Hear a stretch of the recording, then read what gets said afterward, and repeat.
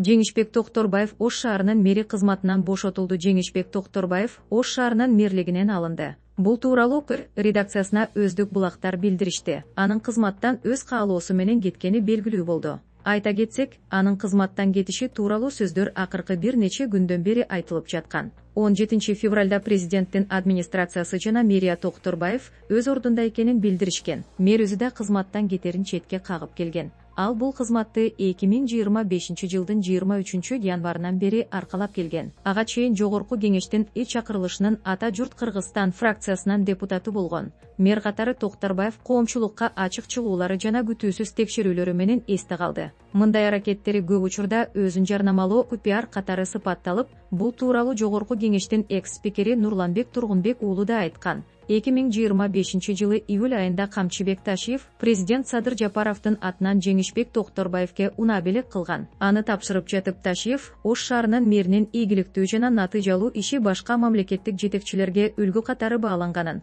ошондуктан унаабелекке берилип жатканын белгилеген. Ташиев бул унаа мэрдин жеке колдоnuусу үчүн берилгенин баса белгилеген. 2025 жылдын сентябрында Садыр Жапаров Ош шаарынын мэри Жеңишбек Токторбаевке эмгек милдеттерин талаптагыдай аткарбагандыгы үчүн катуу сөгүш берген. Буга кызматтык тартипти сактабоо катары бааланган этика ченемдерин бузуу себеп болгон. Ташиев кызматтан кеткенден кийин Токторбаев журналисттердин суроолоруна жооп берип жатып, президенттин каалаган чечимине баш ийүүгө даяр экенин билдирген. Эгерде азыр кет десе, мен азыр эле арыз жазып кетүүгө даярмын, деген Токторбаев. Эскерте кетсек, 10 февралда Кыргыз Республикасынын президенти Садыр Жапаров Камчыбек Ташиевди министрлер кабинетинин төрагасынын орун басары, улуттук коопсуздук мамлекеттик комитетинин төрагасы кызматынан бошотуу тууралуу жарлыкка кол койгон. Ташиевдин отставкасынан кийин УКМКда жана башка ведомстволордо бир катар кадрдык өзгөрүүлөр орун алды. Ысынос токтоду, Оштун мэри мыйзамсыз курулуштарды бузуу токтотулганын айтты. Оштун мэри Жеңишбек Токторбаев азаттыктын суроолоруна жооп берип жатып, мыйзамсыз курулуштарды бузуу токтогонун билдирди.